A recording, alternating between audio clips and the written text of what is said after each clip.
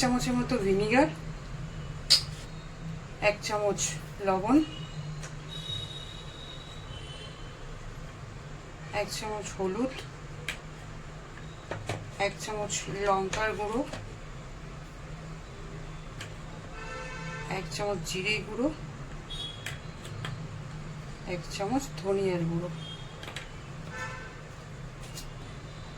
রসুনের পেস্ট 1 চামচ, আদার পেস্ট 1 চামচ, আর দিয়ে দেব তন্দুরি মশলা 1 চামচ, গোলমরিচ দেব 1/2 চামচ, ধনে পাতা কুচানো, কাঁচা লঙ্কা কুচানো। এর মধ্যে একটা ডিম ফেটিয়ে দেব,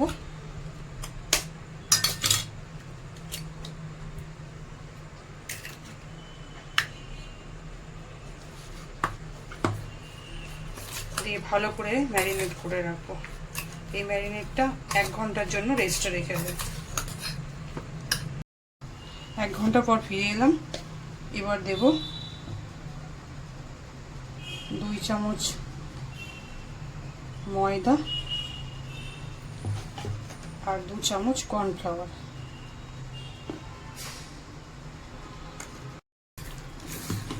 মাখানো রেডি। এবার গরম তেলের মধ্যে কড়াইতে তেল দিয়ে দিয়েছি, অলরেডি তেল গরম হয়ে গেছে। গরম তেলের মধ্যে এবার একটা একটা করে চিকেন দিয়ে দেব, দিয়ে ডিপ ফ্রাই করে নেব। বাকি চিকেনগুলো দিয়ে দিয়েছি, এইভাবে লাল লাল করে ভেজে নেব। লাল করে ভাজা হয়ে গেছে। তাহলে ভিডিওটা আজকের মতো এখানেই শেষ করছি। ভালো থাকবেন, সুস্থ থাকবেন। আগামী ব্লগে আবার দেখা হচ্ছে।